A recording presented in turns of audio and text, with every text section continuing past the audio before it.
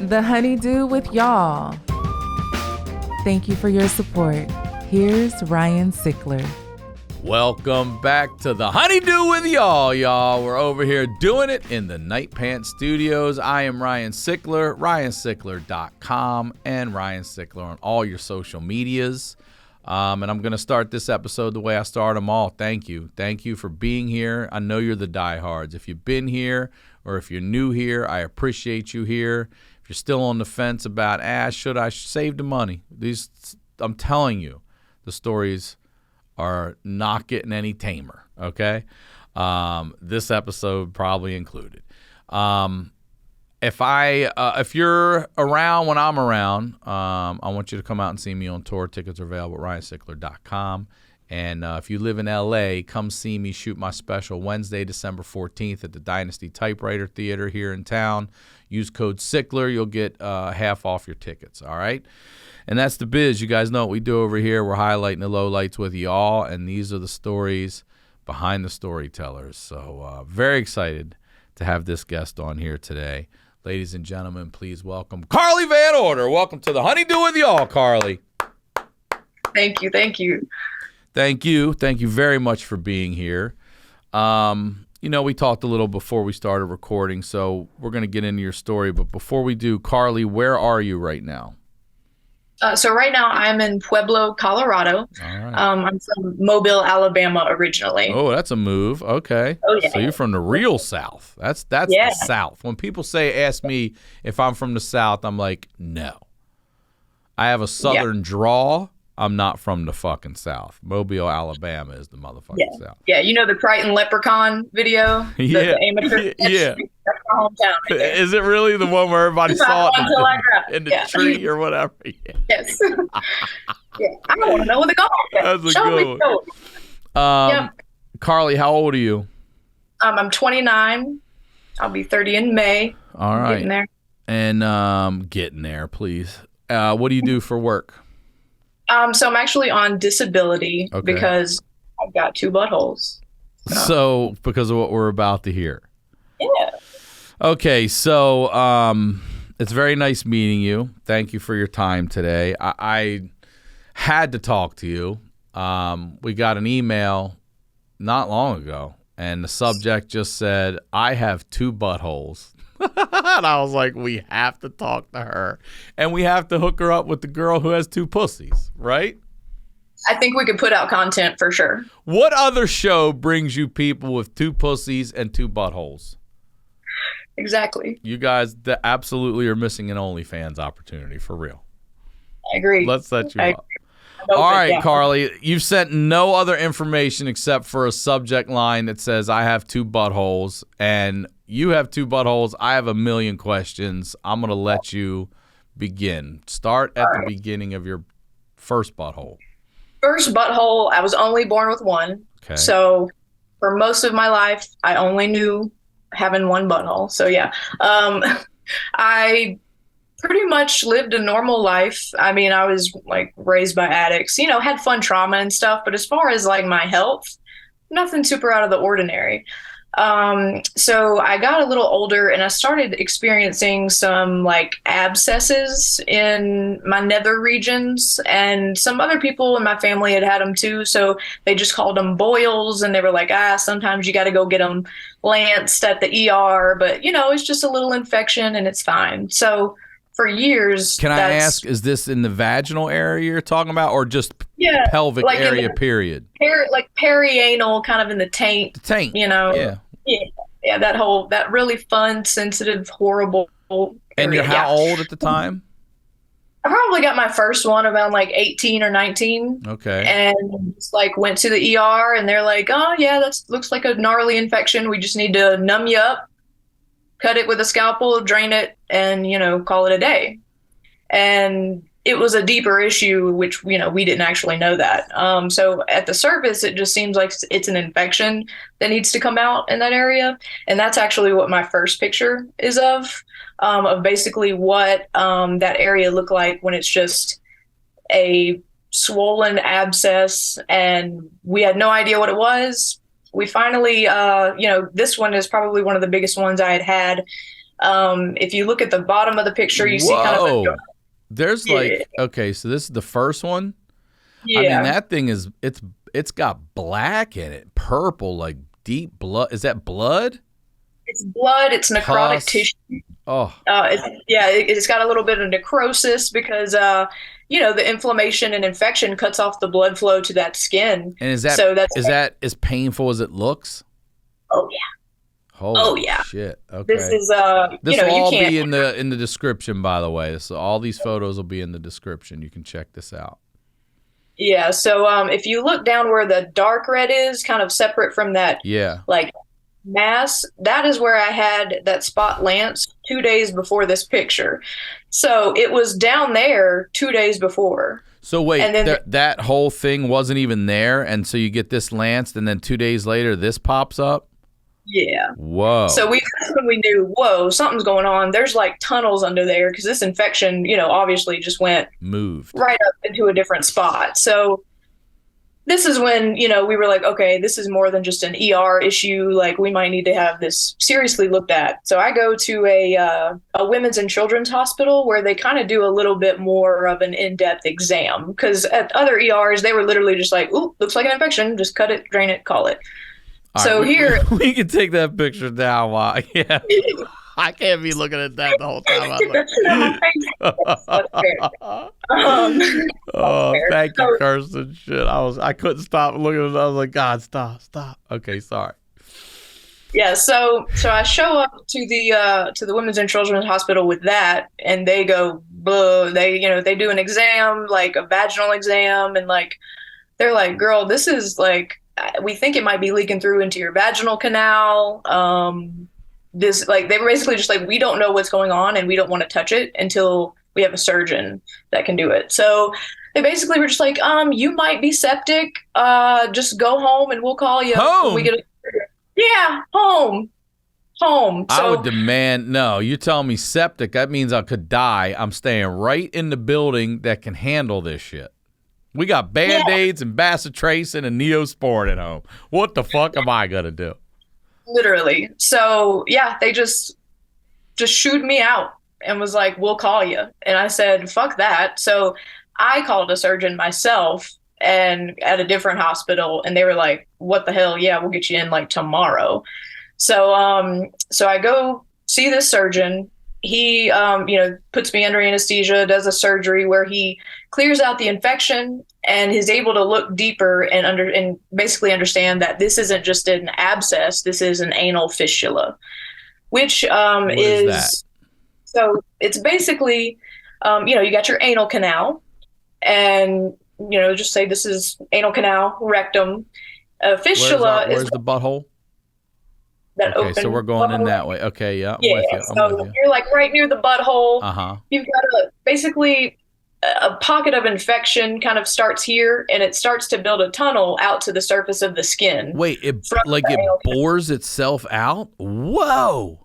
So that's what that big abscess is that infection trying to come out the skin instead of, So basically, I've got another tunnel from the anal canal to the butt cheek. So I wake up and picture number 2 is what I've got going on. Oh, shit. After the surgery? Yeah. Okay. So we've just had surgery to fix everything, right? Clean it out, whatever. But all that. What is that? What is that? You know what it looks like right away? It looks like that little plastic thing they put in the pizza so the lid doesn't hit the cheese. They're propping up my cheeks. Yeah. Oh, that's funny. Yeah. What is that? So that's called a seton, seton. It's like a little latex tube that basically keeps that fistula tract open, because if that skin were to heal closed, it would just happen again. So this is keeping an open wound. Yes. Holy shit. Because if your skin heals over, then that thing's still going to just try to fight its way out there. Right, that tunnel's still there. So if any kind of literal shit gets stuck in there, it's got nowhere to go. So it'll just infect again. So they gave me that. They didn't give me a time frame. Like, I thought this was a temporary, like this was just kind of a Band-Aid until we figure out how to really fix this issue. Like, at this time I haven't been diagnosed with Crohn's disease or anything. Like, they're just colitis, like, hey, any of that.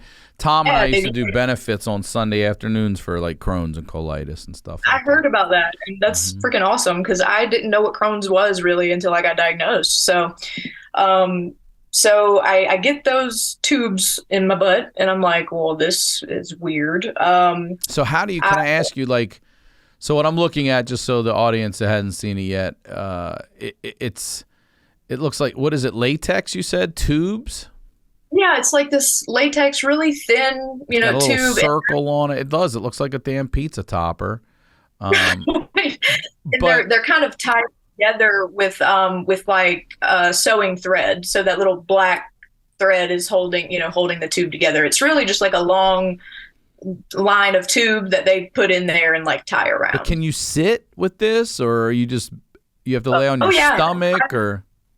Yeah, when I first got it, I mean, I was like, there's no way people just like get used to having this. But because it's latex, it just bends easily and folds back there. Yeah, like it's not super irritating. Now, sometimes it can shift to where those little thread ties get into the wound, which is not really comfortable. So, like, there's some adjusting that has to go on. All right, let's get to that. Let's go back to this. So you wake up and this is in there, and now what? So now they're basically like, we're just gonna see how you heal up. And I'm just like just really no plan of action other than just keep this tube in and just kind of sent me on my way. Wait, go home? Yeah. With a hole cut in your body and a tube keeping it. How are you supposed to clean this, keep it from getting infected? Like, what the fuck? I figured out bidets are awesome really quick. I didn't have a bidet at first, and that was just like, there's no way to just like really keep yourself clean and comfortable by wiping, just dry wiping. Like, that was just not an option. So yeah, it was really just, I had no direction. I had no instruction other than just like, try to be as comfortable as you can. I was on like oral antibiotics, and the way that they explained it to me, because obviously that was my concern, was like, yeah, how do I keep this clean and from getting reinfected? And they're like, well, your literal shit has gone through it. So like, it's fine. Like, it doesn't get infected like that. So I was like, oh, okay. So as long as it has somewhere to get out, you don't get infected. So it can deal with your literal shit. So they just send you home. And with an open wound that's just supposed to be open forever. How long ago was that? In 1819? So we're talking 10 years. No, years. Sorry. This actually happened in 2019. So it's just the past like 3. Okay, so everything started, and I see. Yeah. Got it. Yeah, all so right. Back when I was a teenager, I was just getting these bumps, and they'd lance them, and they'd pretty much just go away. Now is when, they lanced that one, and then 2 days later, I got another one, that's raging right above it, and then that's when the doctors go a little deeper and they realize, oh, there's a tunnel under here. It's not just a surface abscess. So we're about to start a pandemic, and you got a brand new asshole. Yep. That is something else, isn't it? At one time, I had about 4 assholes. Yeah. That's a line that's never been said on this show. And I don't know if it will be ever again. It's also a line no one's ever said to me in just regular life. Yeah. At one time, I had about 4 assholes. Oh, it's too much. Yeah. That's too many assholes. Yeah, that's about 3 if you to 4. had that many asshole people in a room, you'd be like, 3, you need to get the fuck out of here. Yeah. Oh, I'm so sorry. Oh, yeah. At one point, I had at the most 4. And now I'm just down to 2. So okay, I'll take... hold on. Okay. All right. In 2019, we go home with this thing in our leg now. are they telling you? So does your regular butthole work for poop, or are they telling you that this one also is poop? Yeah, no, they said that really nothing. It shouldn't be like big enough for like for me to really discern actual shit coming out. It's more like discharge, if that makes sense. Yeah. It could be more like almost like pus or like mucus or something, but it's not like actually shitting through it. So I guess that's okay. But okay, well, as a woman, I've had to teach my daughter to wipe front to back. Is this butthole a front to back, or is this the back to fronter? I mean, what are we doing back on that thing? Spray the shit out of it with the bidet. That doesn't hurt. It doesn't hurt. It did when it was like a little more open. It seems like things have, healed and relaxed. So while it was open, look. I had Tushy as a sponsor. I have a Tushy bidet, and that's what I got. I'm telling you, my daughter and I have turned it on. I'm like, look at it. It shoots across the bathroom, hits the wall hard, and if you're not into anal, that thing's gonna fucking do a number on you. It's a shocker back there. Yeah. Well, so that wound, you're hitting that wound that hard? Well, I got the bidet a little bit after it had healed a little bit.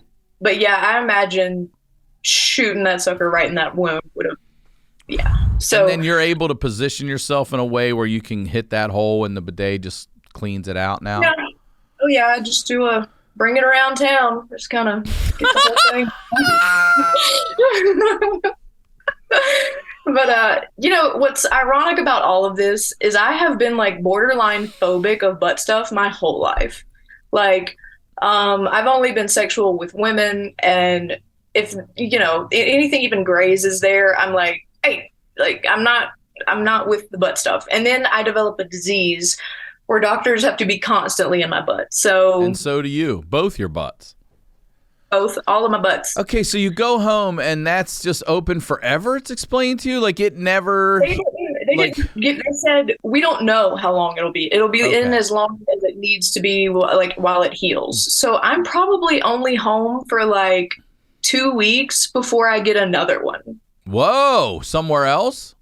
Yes, on a different, like other side of the cheek, like different butt cheek. And I mean, are you not devastated at this point? You got this. Oh, are you like? Oh yeah. Like I was actually. So this is butthole number 3 we're about to talk about. No.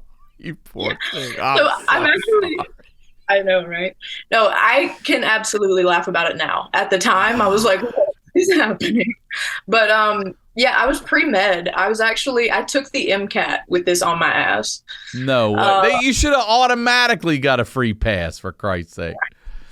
Like, yeah, you would have thought. But so like at this point, I'm still like after the first surgery, I was thinking like this is a temporary thing. Like I'm still in class. I'm in my last semester of undergrad and pre-med, and yeah, like I'm thinking this is a temporary wild thing that will resolve. I'm still going to class with this, and then yeah, a new like abscess infection pops up in the other cheek, and I'm like, okay, so I go back to my surgeon and experience one of like the worst things I've ever experienced, because he decides to lance and place that seton in office.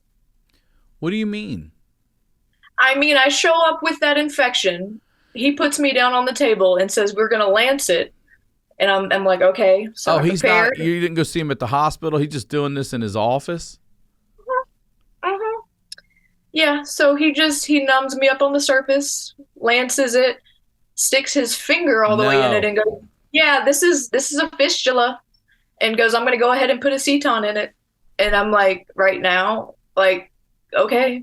And like, doesn't really give me an option, just does it. And he's like, I saved you a copay. And I was like, I met my deductible, fucker. I wouldn't have had a copay. Yeah. So yeah, just kind of dealt with that in office. And so I have he's two like, of these in your legs? So I had 2 of these in my like butt cheeks. Yeah, it's like taint, like the cheeks next to the taint.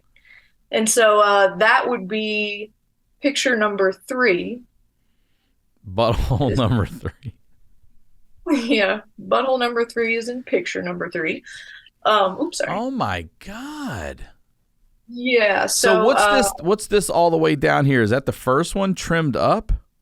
No, so actually that was something that I went in for after this third one, thinking I was getting a fourth one, or sorry, this would be my second fistula, and I was Okay. thinking I was getting a third one. So I go in for surgery on that, and he goes, "Oh, it's just a cyst." So that just needed a temporary drain. So that's what that little miniature drain is. Holy shit, your poor body. Okay, Yeah. but So again, still great. All right, the problem for today is solved, but the underlying, literally, problem, we still don't know yet what the fuck's going on. And at any point, do we heal these? Does this shit, like, how do we get rid of what is brewing underneath right. or And so that's inside? right. So my surgeon, that's when he realized, like, okay, it's not normal for a healthy person to just have back-to-back anal fistulas like this. So that's when he knew, like, okay, you need to get tested for Crohn's disease because that's pretty much the only thing that does this. So he referred me to a GI. So this guy was just a colorectal surgeon.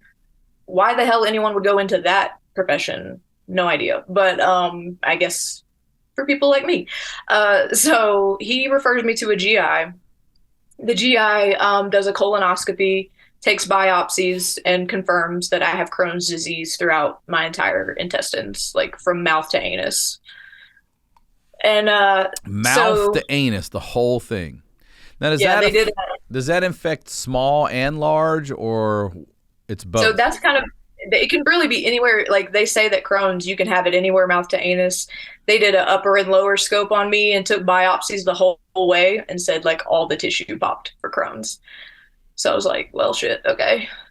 So basically, the only way to treat fistulizing Crohn's disease, which is what they call this, is with biologic infusions. I don't know if you've ever seen commercials for like Entivio. It's basically every 8 weeks. It's like chemo light. You know what I mean? It's not like harsh chemo to where I'm like, I'm going to go bald and be like throwing up like crazy, but it's just strong enough to lower my immune system so that it'll stop attacking itself, because that's basically what Crohn's okay. is. Is that what's happening? Your own immune system attacks itself. Okay.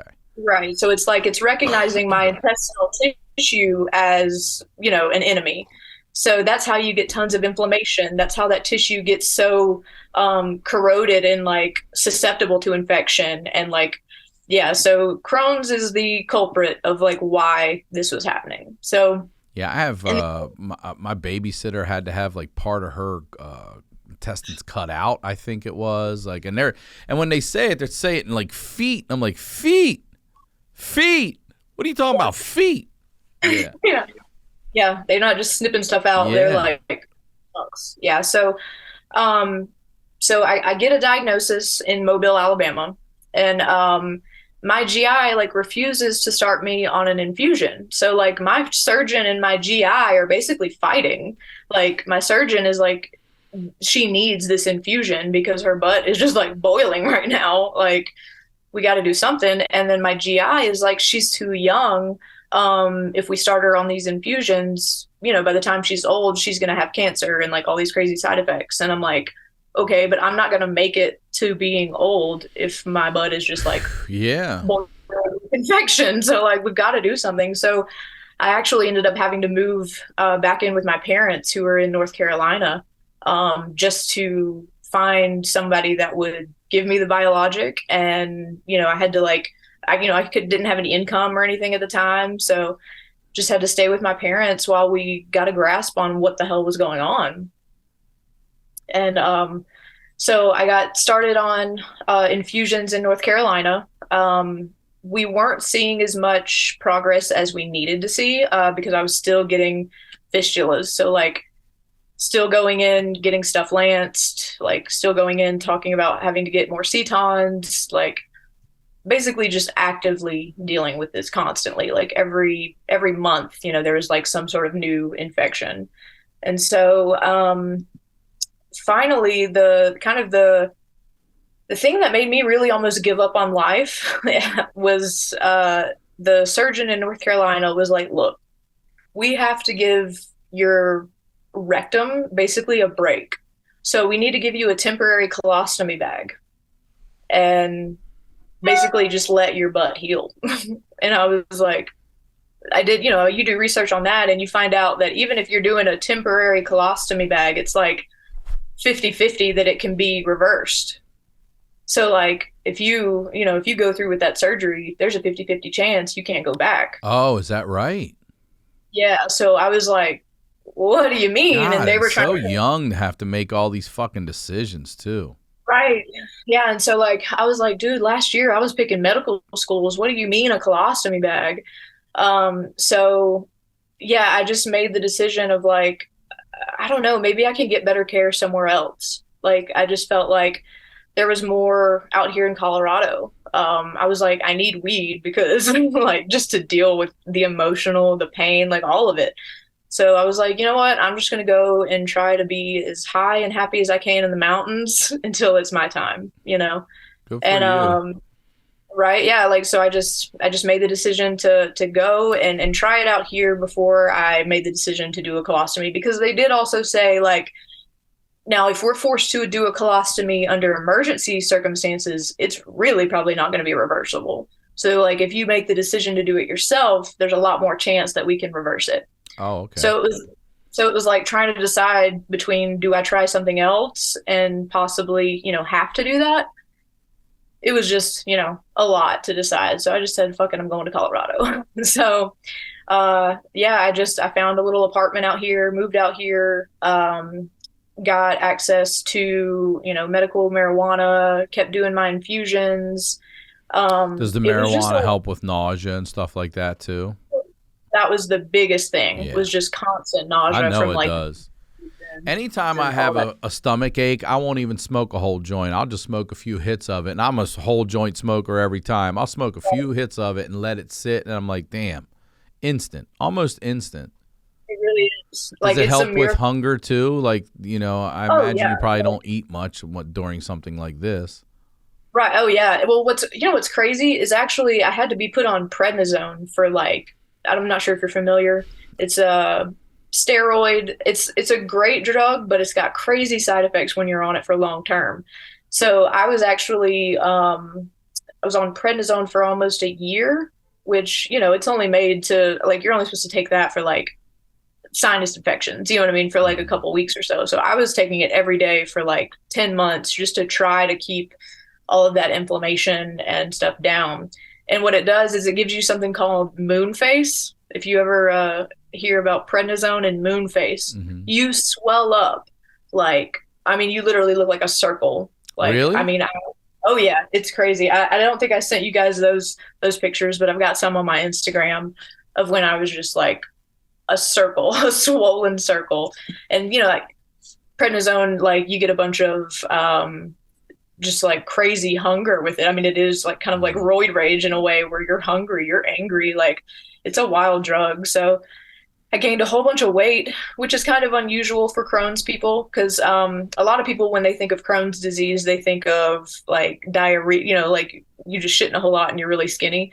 And it's more of a spectrum. So you can be like, you have a lot of diarrhea and you're super skinny and you can't put on weight, or you can be on the other end of the spectrum where you're super constipated and overweight. Oh. And yeah, so that's the end that I was on, was like, I was already a chunky kid and then, go through all this. And then I get on prednisone. So I swole up to like 238 pounds, like at my heaviest and like during all of this crazy stuff.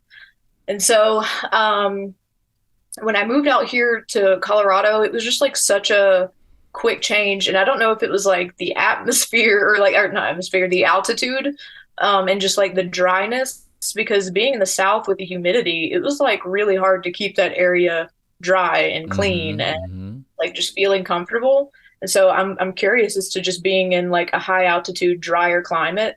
Cause it seemed like it made such a big difference. I actually haven't had a new like infection, fistula or anything since I've been here. They've actually been removing tubes since I've been here, and a colostomy bag is like no longer even in the talks. All right. So I'm down to just one tube. And how long have you been there? Let's see. We moved here in June of 2020, so about 2 years. Who's we? Me and my partner, Brittany. Okay. Not your parents, and though. No. Yeah, me and my partner and my little sister just recently moved out Oh, here nice. with us So you too. have family there. Good. Yeah, yes, it's there's just so much better opportunity out here. Like, I mean, the minimum wage in Alabama is still 7.25. Is it? Yes. Yeah. So like literally my little sister just moving out here and getting a, you know, little easy job, no experience required, and she's getting the minimum of $12, Yeah, I which mean, is that's already a raise. yeah, for sure. So yeah, it's just there's so much opportunity out here. I've done nothing but thrive. Like, just kind of found a healthier lifestyle. Like nothing too crazy. Just started working out and eating better, and I've lost like 93 pounds. Good for you. And Damn. yeah, like it was a big change. Like just moving here, like really changed my life for the better. So like, I got really bad there for a while. Those were, I think, the last couple of pictures, like 4, 5, and 6. Those were kind of at my worst. It was wild because it was so like bad and swollen and like infected. Shit, yeah, I see that one. And it's like I don't know if you can tell, there's like no hair. It was so like infected and inflamed that like my hair follicles weren't even really active. Oh, I wasn't sure if that's something they just shaved or whatever so they could do the procedure. It was just nothing there because the skin was just so unhealthy it couldn't grow the hair. And then my last photo, 7, is me today. So that is I actually can grow hair. There's only one extra butthole. And down to 2 b-holes. I mean, hey. It basically just looks like I've got a really kinky piercing or something. So it does. Yeah. So it's come a long way. Now, my only can I ask you? I'm looking at how long is that? Is that an inch? What are we looking at really there? I know we're zoomed all up in on your butthole here, but how big is that actually? Like the actual little red tube you're looking at? Yeah, probably about an inch. Yeah. And is that latex also? Right. Yeah. They change them out. And I was gonna say, why is this one a different color? They let me pick the color sometimes. Oh, really? You got a little red flag back there by your asshole. Yeah. Like, caution. Be gentle. Exactly. Okay, and so where I'm looking at right now, okay, I see clearly there's your butthole. Mm-hmm, and then the other end where it's hooked, is that the other actual hole there? I'm looking at, it's like a triangle dark area. Yes. An isosceles. I think that would be an isosceles triangle right there. Yes. That was precisely. A jack-o'-lantern eye? Like a jack-o'-lantern eye? Yeah. That would be the second b-hole. So okay, so let's talk about this guy right here. Is it open right now like that? Yeah, like that is considered open. Like that is it open. So remember that first picture after surgery? That was open. That was very open. I mean, this is open in the sense that a butthole is open. This is open. The butthole's not really open, but it's open. But you know what I mean? Yeah, right, I see. Exactly. Yeah. I'm sorry. I'm sorry. I'm not making eye contact with you right now while I look at your butthole. My partner is always explaining this to people, and she absolutely loves it. She's got the pictures up. She's like, "Why won't you look at me right now?" Yeah. So. Is it hard for you to see what you look like back there? Does it look like what it feels like? It did, yeah. When it felt like just like gnarly, like it felt pretty gnarly. Well, it's difficult to know. Like, I mean, at one point, I had like 4 setons, so it's like a highway of tubes. It was so difficult to deal with anything. So, I got to my surgeon here, and I told her about my old surgeon putting the seton in office, and she was like, "What?" Like, my surgeon was shocked that I had been put there. Yeah, I believe that. So that's not an at the office procedure. A finger up the butt's an at the office procedure. You know what I mean? Right. Those I can cut you open. Yeah, cut you open and then dig around in it. it was rough. So yeah, thankfully I've got a lot better care here. And All right, but they that second butthole, that's the one now you can fire that thing up with the bidet and all that, and it doesn't bother it. It keeps it clean and healthy. And oh yeah, I recently found out that you can fully stick a finger in there. why did you recently find that out? That'd Kirsten's in their lab. be my surgeon. We were in there, Okay. and it's really the tables that they have in a colorectal surgeon's office is great. I call it the tilt-a-whirl, because it's like a normal office chair, like a doctor's office chair where they pull that thing out for you to your feet to like sit on. Well, instead of that, you kneel on it and lean over the end of the table, and then the table tilts. Oh. So the you're doctor's face down. eye face level with your just right Face there down. looking, huh? Face down, ass up. That's the way they like to cut. There we go. All right. So yeah, so that's always fun. So I'm in there, she's doing a little exam, and I hear my partner go, "Oh." And I'm like, "What is that for?" She said, "Oh, I didn't realize she sticks her whole finger in that fistula tract and can kind of like loop around back out the other way." What do you mean? Go into your butthole out? Nuh-uh. Go in one, out the other. If you had a long enough, you can see the tip of your finger like that. Get like come on. I think I might email YMH Live, They might You should. we might If you let your doctor finger your butthole on video, you will definitely get on YMH Live. I feel like if you do that, you're gonna fucking get on that live.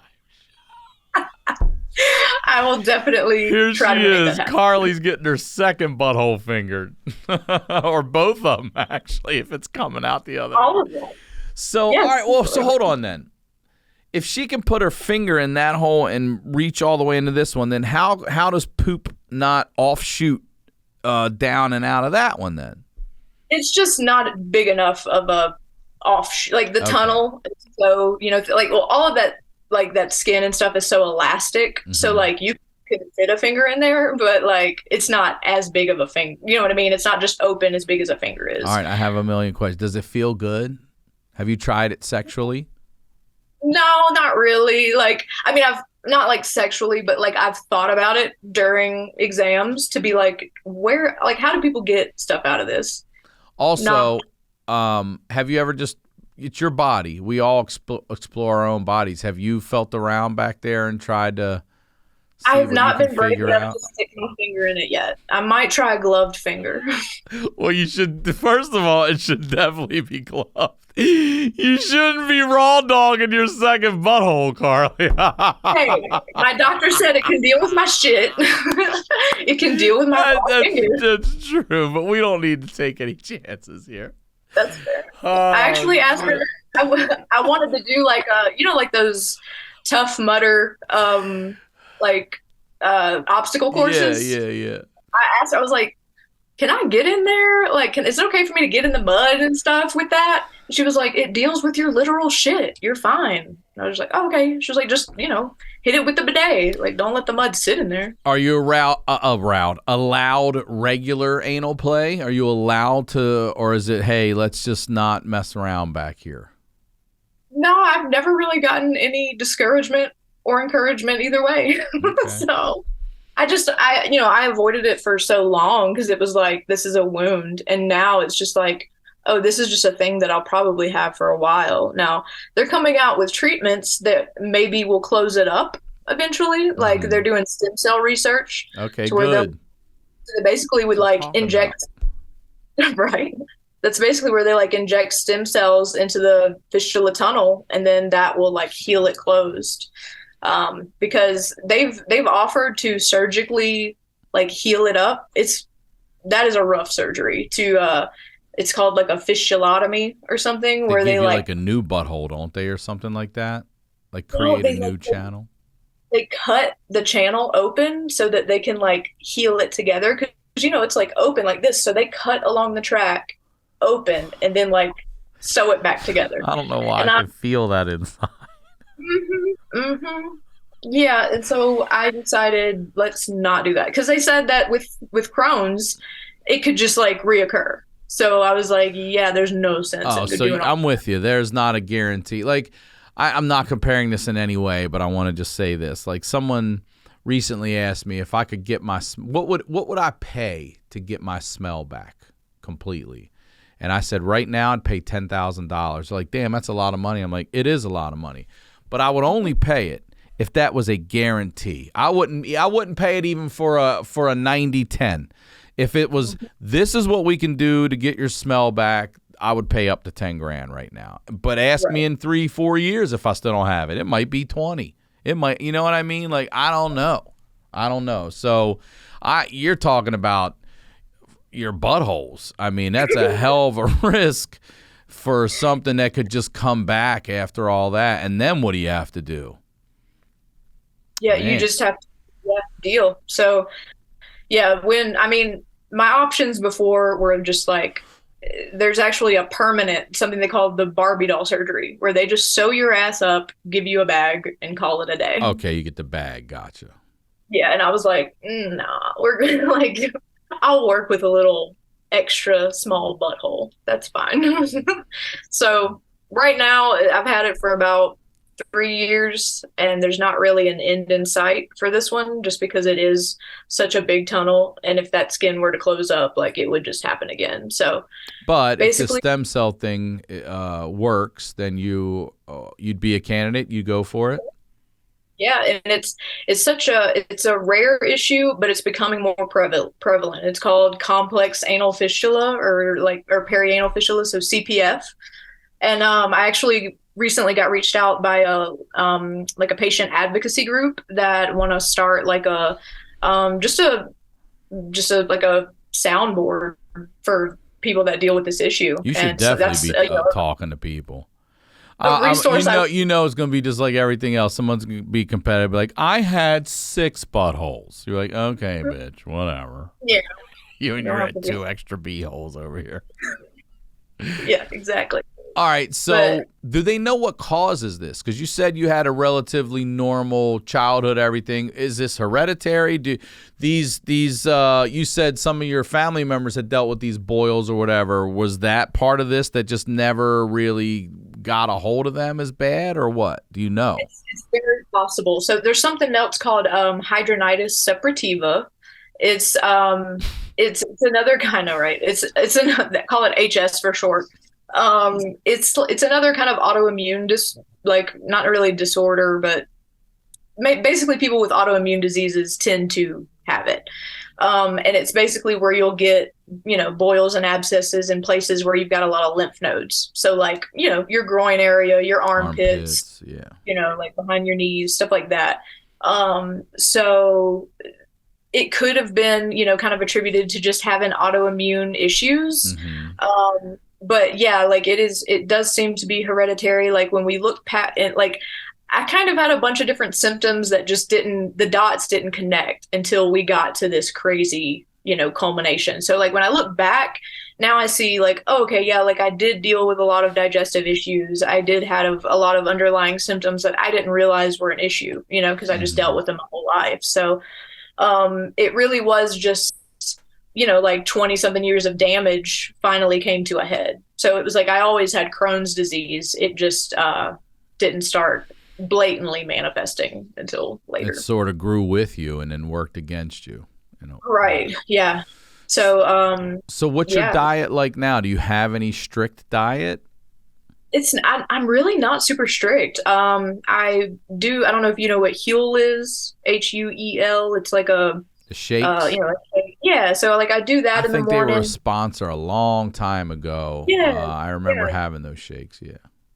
They're really good. Like they've got a high protein one. So like I just try to get in all my nutrients, with breakfast like that.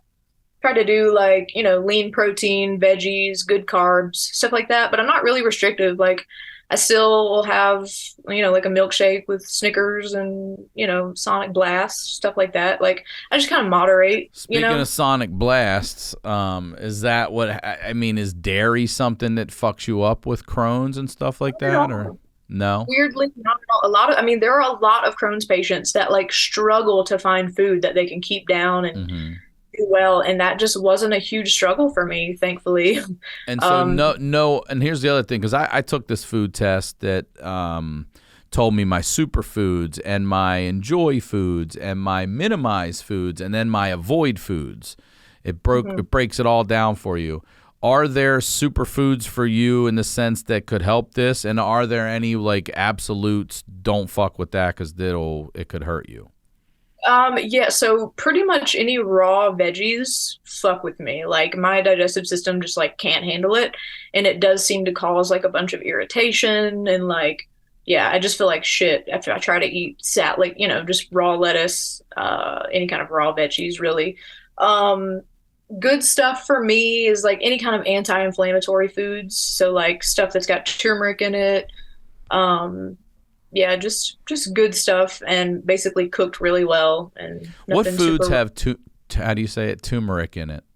Turmeric or however the hell you're supposed to add say it, or is it food? Yeah, there's a bunch of stuff that has it like, added as a supplement, or you can, use it as a seasoning, add it to chicken and rice and stuff like that. They've got like these little broth soups that are like turmeric and chicken broth. I think that's good for me. That's why I'm asking. But it doesn't exist in our foods though, right? There's no like fish. Not as far as I know. Speaking of fish, what you said raw? How about sushi? Does anything raw like that mess with you? As long as I don't do like, the kind that's like just like a raw slab of fish on a bed of rice. I can probably like a nigiri. Shrimp roll. Okay. Yeah, the nigiri with that. But yeah, like I was lucky enough to. Never mind, I guess I shouldn't say lucky, because I do have 2 buttholes. But like that pretty much is how it affected me. Like it was just, going crazy on my anal tissue and like didn't have a whole lot of like I didn't have unreal diarrhea like a lot of Crohn's patients have. I had a lot of like GI pain, you know what I mean? Like just like stomach pain and cramps and all kinds of stuff. And now that I've changed, like I was eating like fast food, fried shit all day, every day. Like I had no regard for like what I was consuming and like the quality of it. And going through all of this was really a wake up call of like how important it is to take control of what I can still control. Because like, I can't control the fact that I have 2 buttholes, but I can control what I put what comes out of them. Yeah. Exactly. So yeah, it just that made a difference, and the weight loss and getting fit and active again, and I mentioned I'm on disability for all of this because I couldn't work for a long time, and now I'm getting to the point where I'm healthy enough that I think I could be a reliable employee somewhere. So like I think we'll probably be like doing part-time disability so I can keep the benefits because I still have to have those expensive ass infusions every 8 weeks, but like to where I still have the freedom to work a little bit. So how do you work? What do you mean? Like, are you at home or do you go to the office? Like, what do you? Oh, I don't do anything for work right now. When I was when I had to like drop out of school and everything, like, I was trying to be a doctor, trying to go to med school. So I was really just focused on that. And, I'd had a few side jobs, but nothing really as far as a career. All I ever had in mind was, be a doctor. And then, all this happened, and seeing the healthcare system. I was going to ask, you still want to be a doctor? Hell no. You don't? Wow. No, and it's because like. So it can be opening your butthole opened your eyes. Yes, it truly can. I can see clearly now. And how about that? Just seeing the system, like, it's so soul sucking. Like to see a patient and go, I can't give you the best care that you deserve because your insurance won't cover it. Like, even though we have it right behind this curtain right here. Yep. And it would clear you right up. Yeah. No side effects. Nothing. And then sending you home after they're like that shit is crazy. Yeah, and and that's how I realized, like, I can't work in this system. Like my heart is for people, and you can't help people in this broken healthcare system. So I don't, until something truly like fundamentally changes, I don't want to be a part of it. So what do you want to do then? While you have this time, what are you thinking about? Are you maybe working on something right now? Like, what do you want to do? Yeah, I've really been considering going to do some sort of personal training, like, get certified for stuff like that because, probably when we first moved here to Colorado, I was in such bad shape and just like I tweaked my back and we had to call the ambulance to like come get me and like take me to the ER. And I was like, am I really doing I'm falling and I can't get up at like 26? Cool. So, like I was just like so out of shape and just in, just not taking care of my body at all. So, now I'm like, deadlifting and hell yeah. Doing all that stuff, like working out daily. But and, like, also, boxing. being a personal trainer for you is now a daily way to help stay healthy with what you have versus I'm at the office taking care of all these people and I still have to go squeeze an hour in at the gym tonight. And we all know most of us don't do that.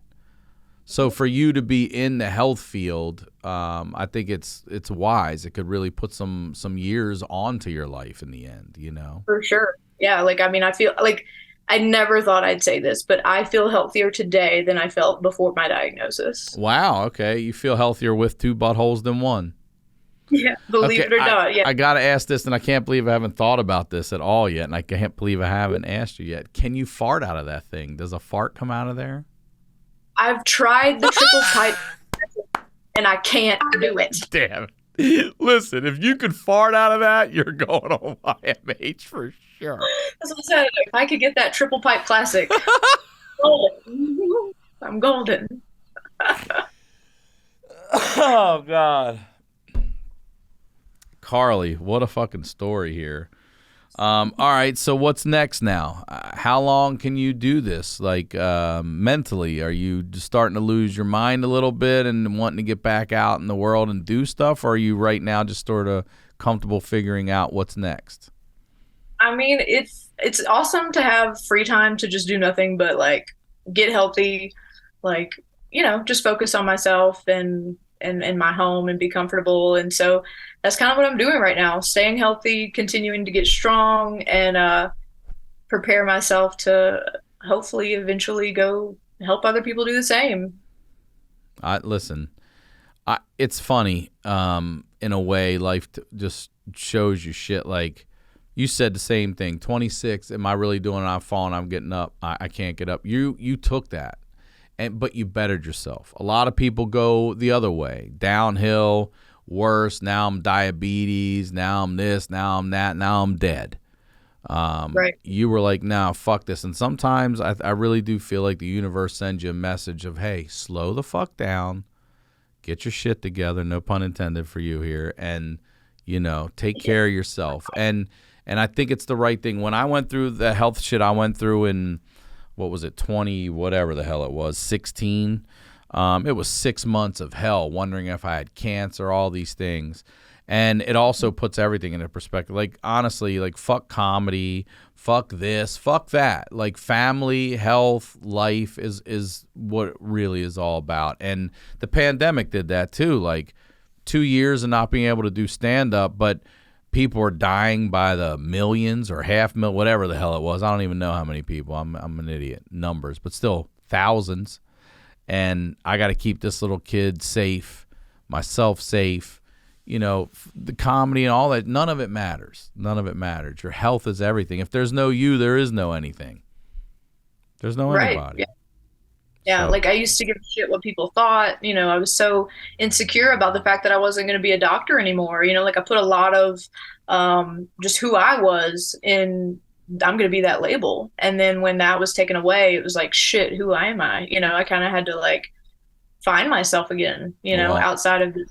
You hear these horror stories from healthcare workers, especially these last 3 years, right? And whatever happened. So I like the idea that you're still about helping people and you're shifting it from this broken system to, hey, come on out, let's work out, let's feel good. Like, I think it's a great move. It's a great pivot. It's a great pivot. Yeah, for sure. Well, Carley, thank you for coming on here and sharing. Oh man, thanks for having me. This is crazy. I'm curious how many other people are going to be responding with, I have 2 buttholes also. Right? I would love to start a club. It is a very supportive community. I see a lot of people get on here after some stories and really show love. So thank you for coming on here. I really do appreciate it. And for those of you out there who have a story that has to be heard, you do not need to have multiple buttholes. Please submit it to honeydewpodcast@gmail.com. Hopefully we get to do an episode together. Sign up for the year. Save yourself over a month of money, and you're getting all that shit for free. You know what the deal is. Come see me on the road. Tickets available at ryansickler.com. Come see me shoot my special December 14th in Los Angeles. Tickets on my website. Talk to y'all next